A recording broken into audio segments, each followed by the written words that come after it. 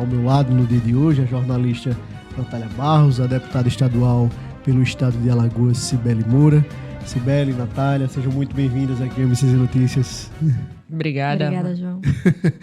Deputada Cibele, a gente acompanha a sua trajetória política, a gente vê o avanço do seu capital político nesse paralelo e trazer um pouquinho o passado para se remeter ao presente. Quem era a deputada estadual mais jovem eleita do Brasil e quem é hoje a Cibele Moura no seu segundo mandato, mais de 40 mil votos na sua reeleição? Quem era a Cibele Moura, deputada mais jovem do Brasil, e quem é hoje a deputada Cibele? Olha, João, eu tenho muito orgulho de ter sido, sim, a deputada mais jovem do Brasil. Ali naquele momento, Natália, eu tive que mostrar a Alagoas de que valia a pena a gente ter, de fato, gente jovem, gente que nunca tinha assumido nenhum cargo público, nenhum cargo de poder, levar à Assembleia, porque a gente precisava dar uma oxigenada na Assembleia naquele momento. E aí, passados-se os anos, tive a grata felicidade e surpresa de ter sido a 5ª deputada mais votada do Estado. Isso mostrou que o caminho que a gente seguiu estava correto. E hoje eu posso dizer que eu sou a deputada da Lei dos Absolventes, a deputada que luta pelos autistas, a deputada que conseguiu, com muita luta, proibir os fogos com estampido no estado de Alagoas. Então, hoje, muito mais importante do que o título de deputada mais jovem, do que a idade, e essa passa para todo mundo, a gente consegue se apresentar com o título das leis que aprovamos na Assembleia. Deputada, você era conhecida como a filha da prefeita Manu Moura, era conhecida como a filha do prefeito Abrão Moura, e eu acho que hoje a lógica se inverteu, né? Hoje o Abraão e a Manu, eles são pais da deputada Cibele Moura. Como é que você vê essa sua trajetória política e seu protagonismo no seu grupo político hoje que você exerce? Olha, eu tenho muito orgulho da minha família. É uma família que trabalha pela população alagoana há bastante tempo. Diferente de outros políticos que podem até vir aqui, normalmente tenta esconder, diz, olha, eu não sou de família política, eu sou, e com orgulho. Porque a gente precisa reconhecer de onde veio e saber aonde quer chegar. Então, meu pai foi e é um grande prefeito de Paripoeira, minha mãe uma grande prefeita da Barra de Santo Antônio, e junto com eles, junto com esse grupo político, que a gente constrói as pontes necessárias para a construção da nossa região, da região norte, minha amada região norte, e do estado de Alagoas. Então, tenho muito orgulho de poder representá-los também. Então, quando eu chego em um lugar e alguém fala comigo, o Abraão é seu pai, a Manu é sua mãe, o sarrafo é muito alto. Para eu poder alcançar eles, eu tenho que trabalhar um bocado. Vai lá, deputada, a gente falou aqui de alguns desafios, né? Um desafio foi essa idade, né? Muito jovem, já chegar ali na Assembleia, e tem, claro, esse desafio da sua idade. Mas hoje a gente pode falar, inclusive, né, de mulher para mulher, né, João? É a questão do gênero, né? Uma mulher na Assembleia, uma mulher com uma mulher jovem, com uma voz tão firme, tão ativa. E aí, pensando nisso, a gente sabe que os números são bem frustrantes, né? Os números com relação à violência política de gênero, e talvez eu imagino que não seja diferente com a senhora. E aí, como lidar com isso? Como lidar com tanto olhar masculino, com tanta voz masculina no ambiente político que é tão comum para eles? Olha, Natália, eu acho que toda mulher que chega num espaço de poder, ela entende a dificuldade que é conversar apenas com homens, com todo o carinho do mundo, com nenhum demérito, muito pelo contrário. Mas a gente entra em um ambiente extremamente masculino. Seja uma mulher que vai exercer algum cargo dentro da justiça, dentro do legislativo, dentro até de uma prefeitura e, às vezes, até, inclusive, da iniciativa privada. A gente falava ali de restaurante, uma chefe de cozinha em um ambiente onde ela terá, às vezes, muitos homens ali. Existe essa diferença porque é cultural. E aqui falo com muita tranquilidade. Eu sempre disse, e dizia com tranquilidade, que dentro da Assembleia eu nunca tinha enfrentado nenhum machismo exacerbado. Claro que a gente vê um olhar, às vezes escuta uma piadinha, mas há pouco tempo atrás eu recebi a ligação de um deputado, eu vou preservar aqui o nome dele porque eu tenho decoro, por mais que essa pessoa não tenha, e me ligou aos gritos. E aí isso era às 7 horas da manhã, João, eu acordando, deputado fulaninho de tal. Eu peguei o celular, gritos e gritos, o projeto tal, você não aprovou e não sei o quê, e a imprensa tá batendo em mim porque eu fiz isso. Eu fiz, deputado, primeira coisa, você abaixa o tom, que comigo você não vai falar gritando. Ele, não sei o que eu fiz, abaixa o tom, senão eu vou desligar a ligação. Aí ele abaixou o tom, aí eu fiz, aqui você não é delegado. E aí cada um entenda quem é o deputado. Aqui você não é delegado, aqui você está falando com a deputada e vamos tratar. E aí, a partir daí, a gente conseguiu resolver o problema. Então, eu acho que a gente, quando acontece esses momentos, a gente precisa se impor. Quando eu estou citando esse caso, um deputado gritou com você. E eu gritei de volta, óbvio. Porque aquilo ali não aconteceria se ele estivesse falando com outro deputado homem. E aí, qual é a minha posição? É agir de igual para igual. Gritou comigo, vai ouvir grito de volta. Simples assim. E aí, deputado, eu quero emendar esse questionamento da Natália Barros e questionar. Ser política mulher, ter mandato eletivo sendo mulher, na sua avaliação, é mais difícil do que ser homem, por exemplo? Olha, eu acho que as dificuldades todo mundo enfrenta, mas acho que ser mulher no Brasil e no mundo hoje é mais difícil em qualquer que seja a área. Em qualquer aspecto. Em qualquer aspecto. Porque mulher engravida, então eu vou dar um exemplo aqui, está acontecendo lá na Barra de Santo Antônio. A vereadora Lise, que por muito tempo foi minha chefe de gabinete, o João conhece. Sim, conheço. A Lise virou vereadora da Barra de Santo Antônio e agora se tornará mãe. O filho dela deve nascer, acho que no começo de julho. E a Lise não quer parar o mandato, ela quer continuar sendo vereadora. E entrou com um pedido na Câmara de licença maternidade, para que ela possa fazer as sessões híbridas, como foi feito na pandemia. Ou seja, é uma coisa que já aconteceu em todo canto, todo mundo já sabe como funciona. Que é justo, é equilibrado. É justo. É bom para quem votou na Lise, porque vai continuar sendo representado pelas ideias que ela defendeu durante a campanha. Sabe aquele jogo de ganha-ganha? Tá todo mundo ganhando. A população, a Câmara não perde vereador, ela continua vereadora. Qual é o grande problema? Quando ela propôs esse requerimento, o requerimento até hoje não foi votado, mas aí é um aspecto de fato da Câmara, vou nem entrar nesse ponto. Mas os discursos sobre a gravidez dela foi comparado a uma doença que ela estava que ela podia... Foi uma vereadora dizendo, então se eu ficar doente e meu filho ficar doente, eu também posso pedir licença. Ali ela falou, a gente bota uma televisão aqui e a gente faz sessão. Aí também disseram, a Câmara não tem dinheiro para comprar. Isso tudo é mesmo uma vereadora. A gente não tem dinheiro para comprar a televisão. Aí um outro vereador, sensato, vereador Igor Costa, fez... Não, a televisão pode botar na minha conta, a televisão eu dou. Porque a gente precisa ter o vereador aqui. Se é esse o problema, Se é esse o problema. Então, a violência política contra a mulher, ela acontece com homens cometendo, mas também acontece com mulheres cometendo, tá? Sim. Porque são espaços que ainda não estão preparados. Quando a gente olha um pouquinho mais atrás, o Senado Federal não tinha banheiro feminino até poucos anos atrás. É verdade. Banheiro. Aí você diz, mas isso não é uma forma de violência. Depende.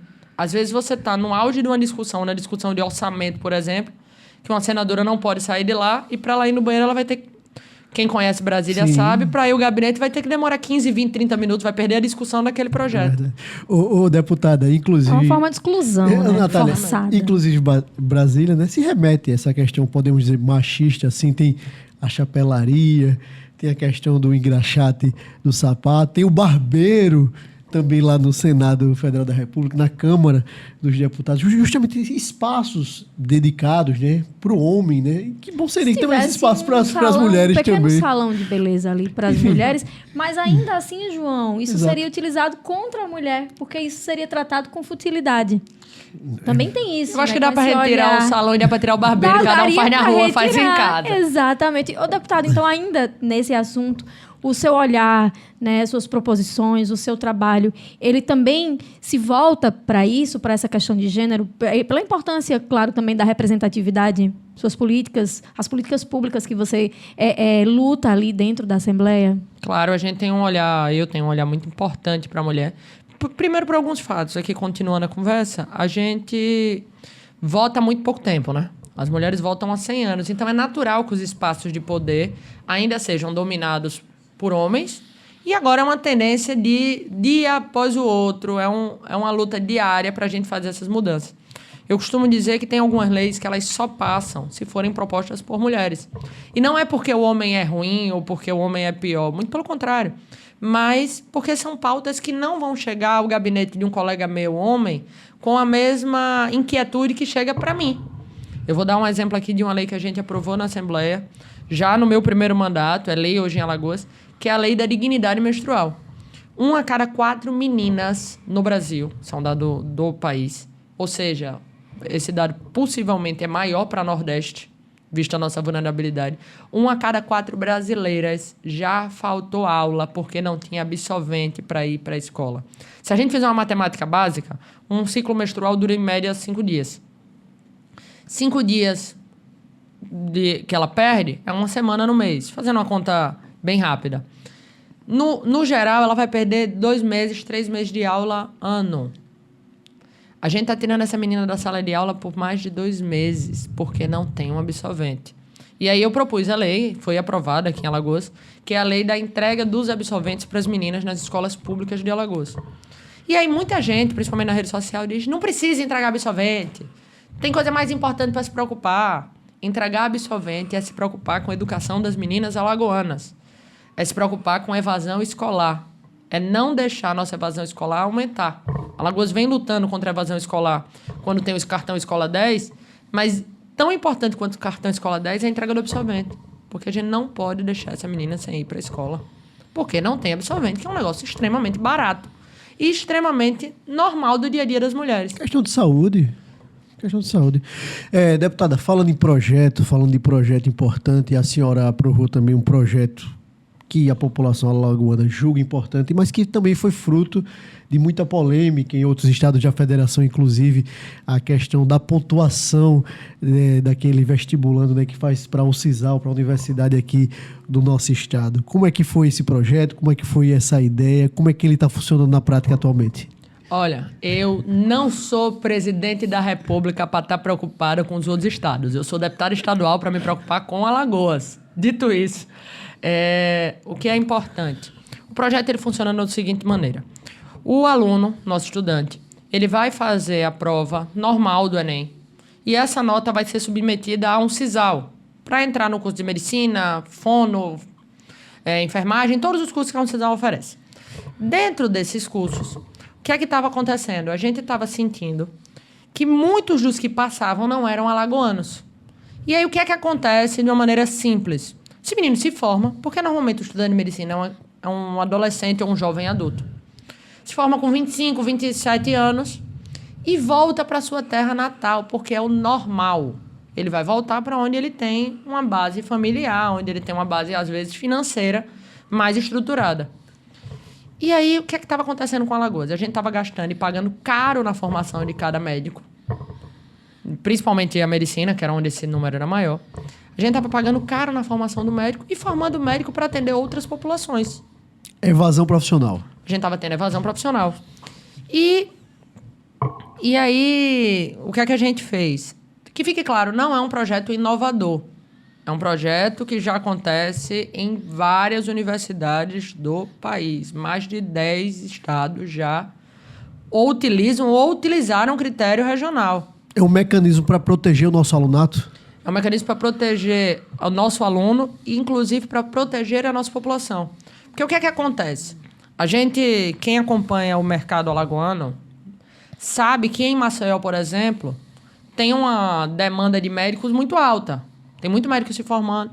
Mas se você chegar em Chã Preta, você não tem mais tantos médicos para ir para lá. E aí, quando a gente não forma um alagoano, a gente está tirando médico do interior de Alagoas. Porque a capital consegue pagar um valor mais alto. A capital consegue disputar com outras capitais. Mas o interior de Alagoas, ele não consegue. Como o interior de Pernambuco não consegue. Sim. E aí, por isso que a UPE também usou o critério regional. É por isso que a Universidade da Bahia também usava critério regional. É por isso que no norte várias universidades usam. Então, o que é que estava acontecendo com o aluno de Alagoas? Ele não conseguia passar aqui porque a concorrência vinha desleal.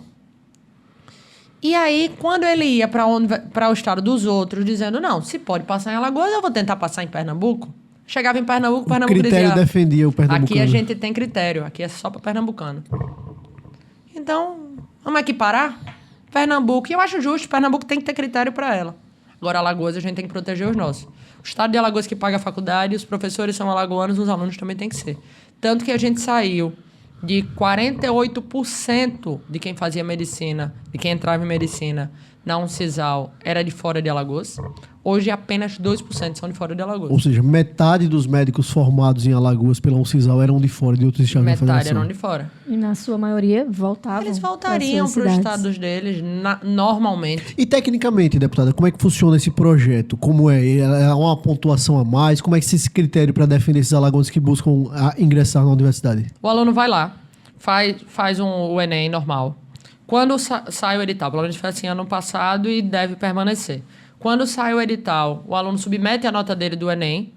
E aí essa nota, ele pode colocar se ele tem... Como seria uma cota, por exemplo? Ele vai dizer lá se ele tem direito à cota, se ele não tem direito. O bônus, ele não é uma cota. Ele vale para todo mundo. Quem é cotista ou não. Ele vale nos dois critérios. Então, você selecionou se é aluno da ampla concorrência ou da cota. Após selecionar isso, você bota lá se você atende os critérios para ser considerado alagoano. São critérios extremamente simples. São 2 critérios, na verdade. 1, nasceu em Alagoas, é alagoano.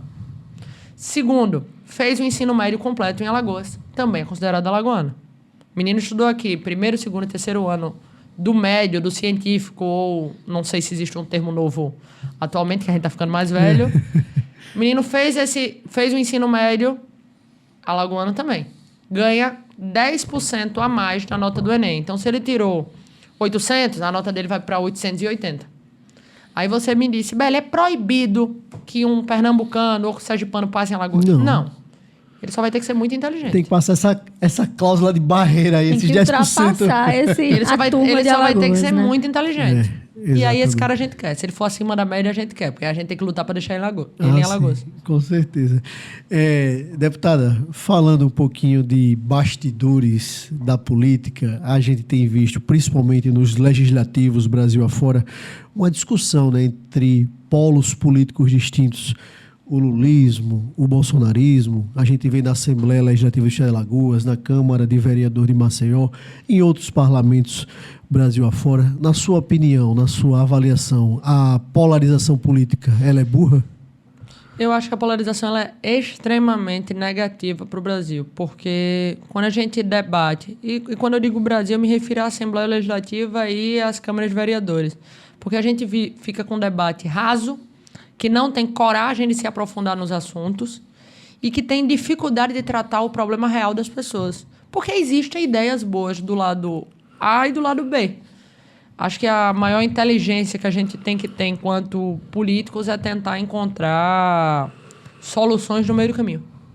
E assim, deputada, aí a gente vai trazer aqui uma reflexão, né, uma reflexão pública, inclusive, quando a gente fala de um polo A e de um polo B, a gente começa a achar que tudo que é daqui é positivo, tudo que é daqui é positivo, e quando se fala daqui é negativo, e quando se fala daqui é negativo. Você não abre o seu horizonte para outras discussões, para outras forças políticas. Como você vê essa questão do Brasil, por exemplo, não ter uma terceira via na disputa presidencial, por exemplo, no próximo ano, não se abrir a mente para outras lideranças políticas, mais jovens, mais preparadas, inclusive? Como é que você vê essa questão desses bastidores, desse entorno do que se fala em relação às eleições de 26? A gente vive um problema hoje da tiktokização, não sei, estou inventando essa palavra agora, da é um política. bom termo, viu, deputada? TikTokização. TikTokização. É. Boa. Que são os políticos que estão preocupados apenas nos cortes rápidos. Nos likes. E nos likes e em defender aquilo. E quando eu digo defender aquilo, não é defender o interesse da população, mas é defender algo extremamente vazio. A gente sai do debate real para tentar ser quem ganha mais curtida no Instagram. E isso vale, repito, da Câmara dos Vereadores ao Congresso Nacional, aos candidatos à presidência do país. Quando a gente vive esse momento de que lado A Vou falar nome aqui. A turma do Lula só defende o que é do Lula, o que é do outro lado é ruim. A turma do Bolsonaro só defende o que é do Bolsonaro, o que é do outro lado é ruim. A gente tem um problema.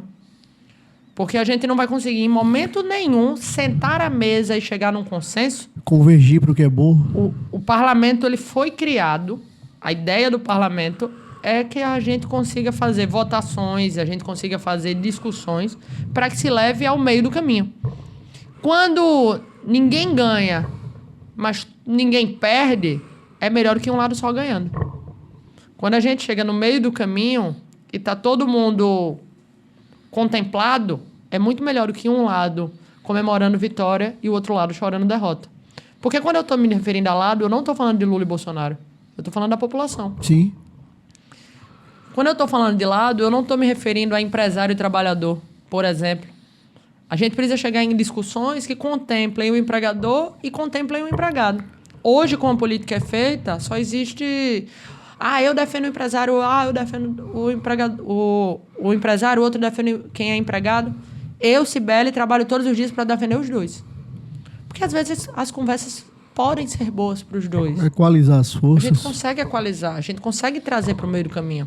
Hoje, não. Hoje, a preocupação é o TikTok. E o que dá like é a polêmica. E aí, deputado, eu quero trazer um pouquinho a discussão de volta aqui para o Estado de Alagoas. Na sua avaliação, qual o nível hoje de maturidade da Assembleia Legislativa, dos seus pares? Qual a sua avaliação em relação ao trabalho que é feito pelo Legislativo alagoano? Deixa eu só complementar também, a senhora falou agora há pouco, né, a questão de ser vazio, né? Os debates, eles são sempre para recortes, para likes.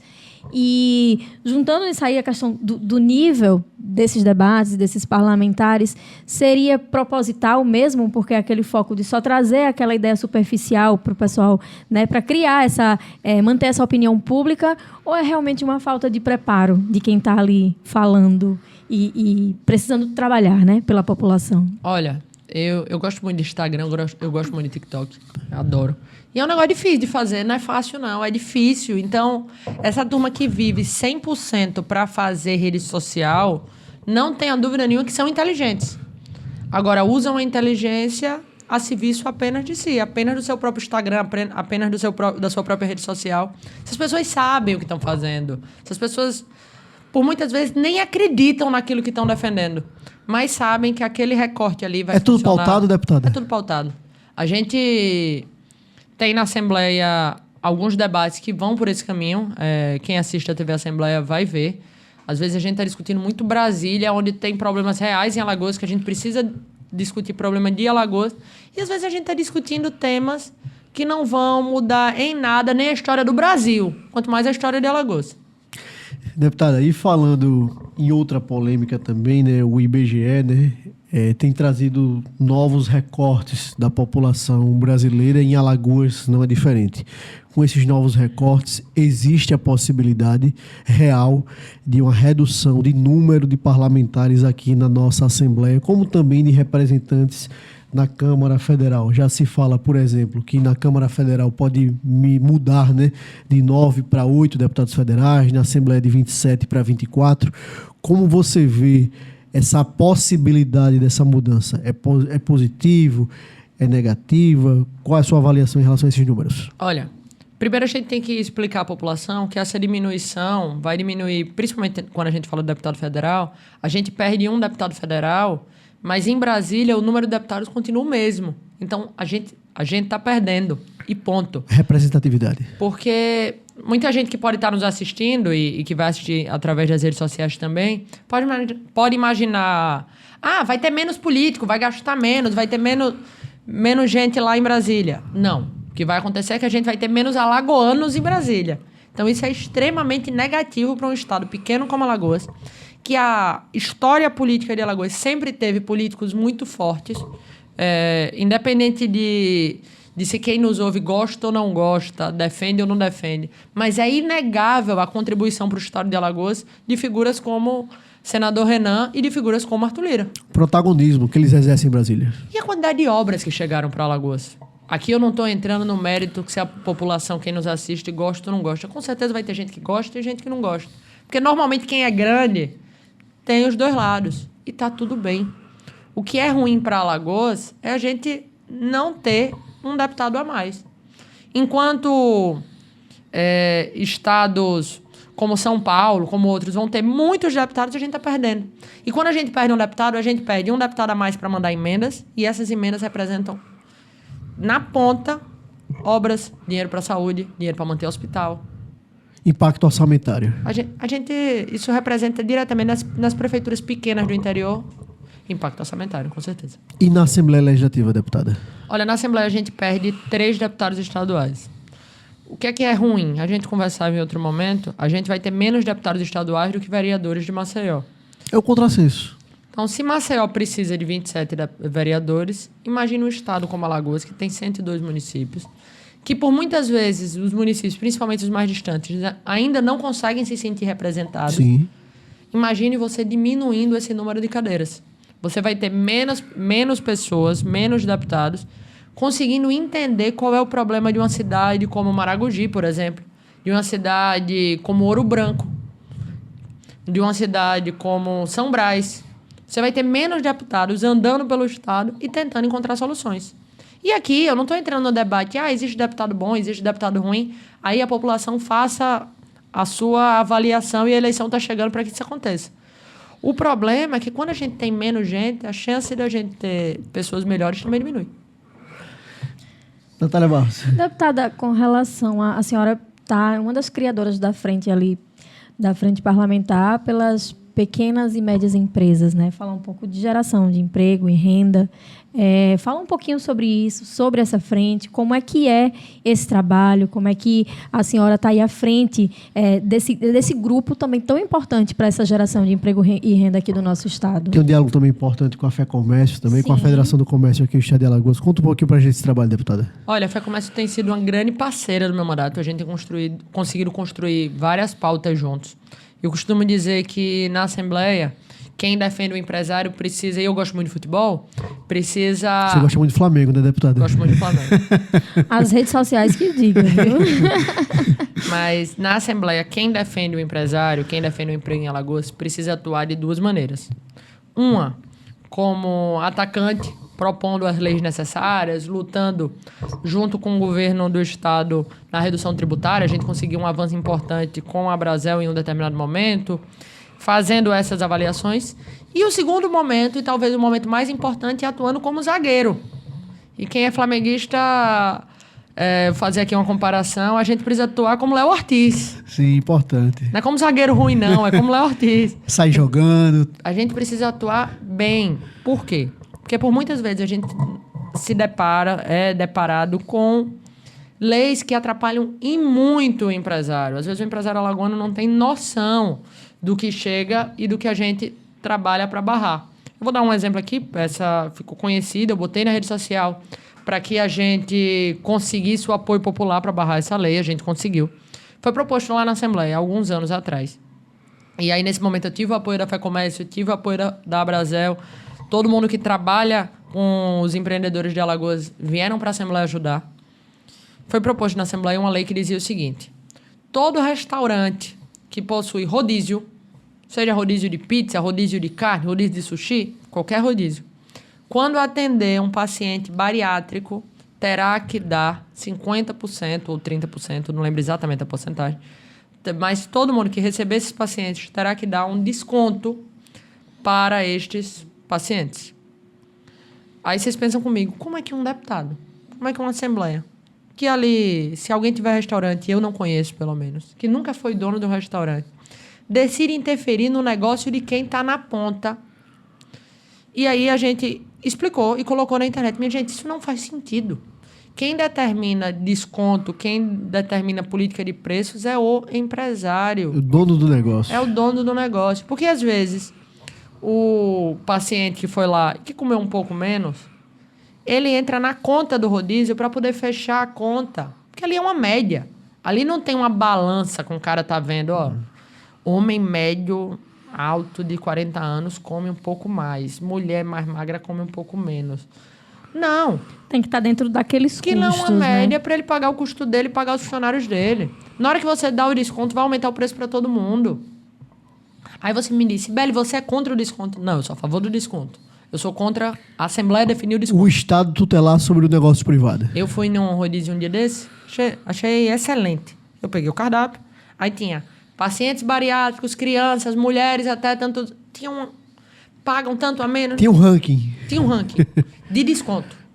Esse cara tá certíssimo. Esse tá na frente de todo mundo. Porque aí é uma política de negócio. Depois, em off, passa a dica pra gente, viu, deputado? Esse restaurante. Vou saber. Ele definiu aquilo ali. Agora, quem tem que definir o negócio das pessoas são as pessoas e não o Estado. Deputado tem que estar preocupado em trabalhar para resolver saúde, segurança e educação. Deputada, falando um pouquinho dos bastidores da política alagoana, a gente tem visto aí, muito se fala, 2026, das possíveis disputas, da vinda do prefeito JHC para disputar o governo do Estado, do ministro Renan Filho, senador da República Renan Filho, também em disputar o governo do Estado. Hoje, você, como uma das lideranças do MDB, como você avalia esse cenário, que você entende como salutar para o Estado de Alagoas para 2026? Olha, a gente acompanha a imprensa, porque até hoje o prefeito de Maceió não deu indícios de que será candidato a governo. A imprensa está pautando ele como candidato, mas não existe nenhum indício sequer. O prefeito de Maceió não visita o interior, o prefeito de Maceió não tem uma base de prefeitos, vereadores e lideranças políticas dentro do interior de Alagoas. É claro que é inegável a sua força dentro da capital, mas ele não dá indícios, ao meu ver, que será candidato a governador.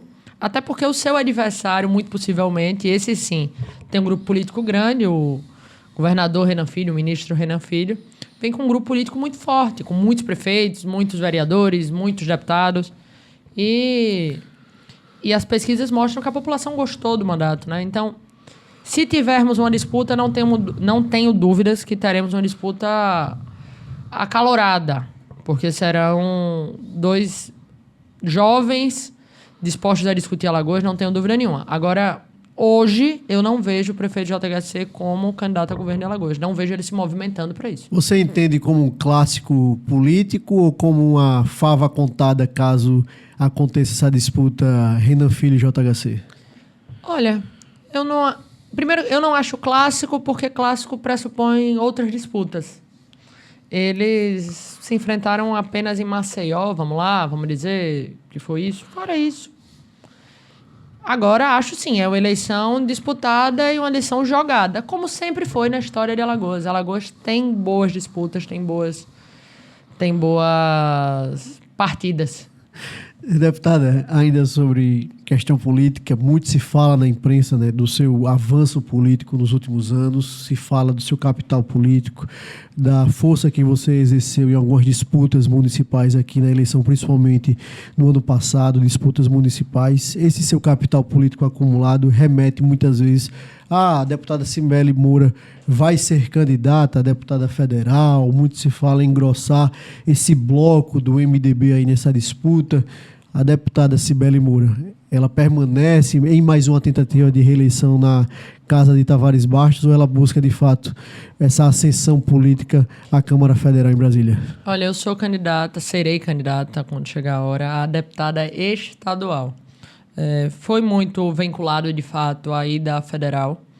E fico feliz, porque a imprensa pauta isso como uma possibilidade real. Então, mostra que a gente cresceu politicamente, mostra que a rede social está dando efeito, que as pessoas estão gostando de acompanhar o trabalho. Mas eu vou para mais uma eleição antes dos 30, João. Eu vou ser candidata aos 29 anos de idade, ainda muito jovem. Verdade. Então, acho que mais um mandato na Assembleia de Alagoas para dar mais maturidade, para dar mais corpo político, para estar cada vez mais por dentro das necessidades reais da população de Alagoas, é importante para, quem sabe, no futuro a gente ir para Brasília. Então, a deputada estadual Cibele Moura permanece no Legislativo alagoano. E, deputada Cibele, qual as suas principais experiências eleitorais no ano passado, no interior de Alagoas, a qual você classifica vitoriosas, algumas mais difíceis? Como é que você avalia as disputas no ano passado e esse papel seu nesses municípios, nesses apoios diretos? Olha, a gente conseguiu participar de eleições muito importantes. Algumas mais acirradas, outras mais resolvidas.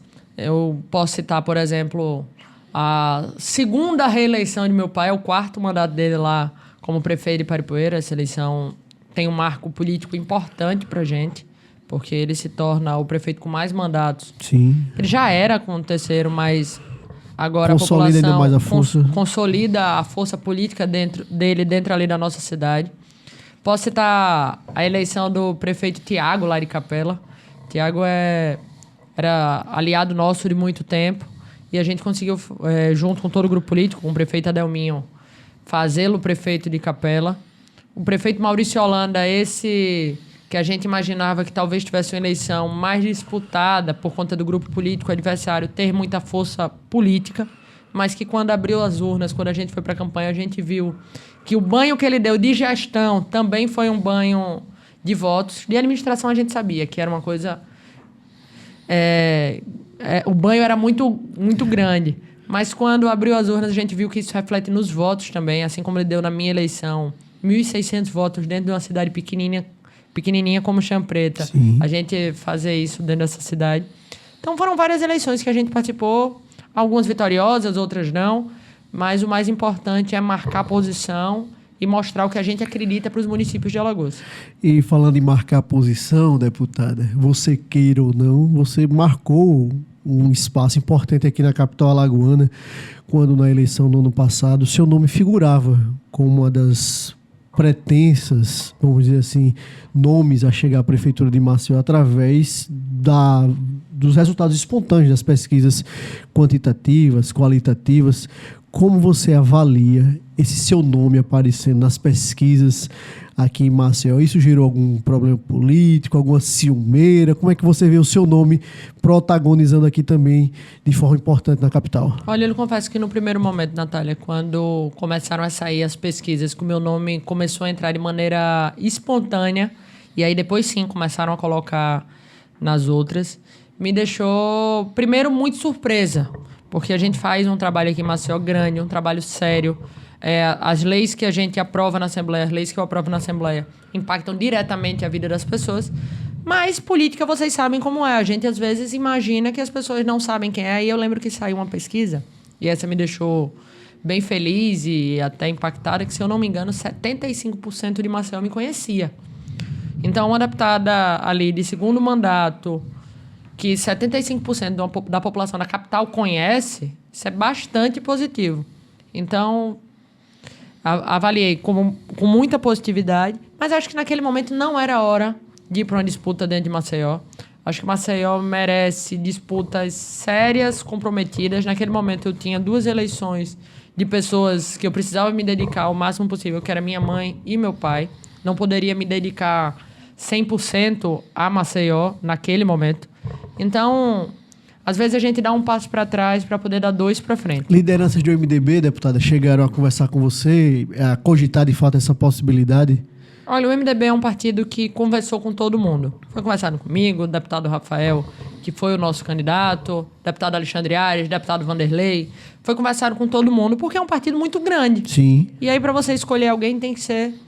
E o Rafael, ele me disse uma vez, eu quero ser candidato. E aí eu ouvi uma vez de um outro político que candidatura tem que ser um ato de vontade e de coragem.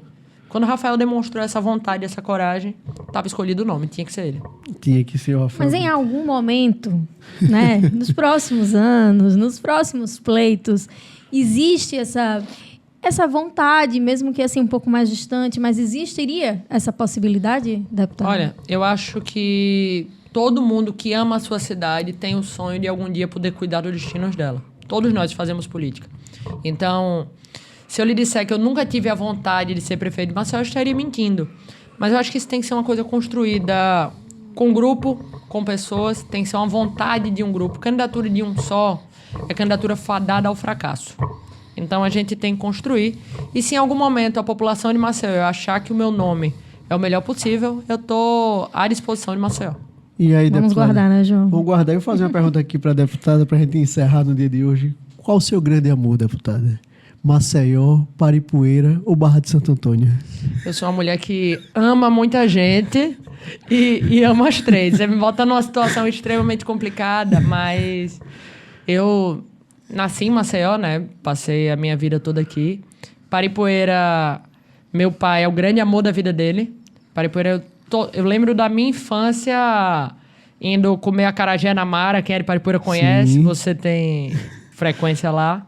E a Barra de Santo Antônio chegou na nossa vida já um pouco mais velha, no momento difícil que a Barra passava e infelizmente passa hoje, pra gente chegar lá pra ajudar aquela população.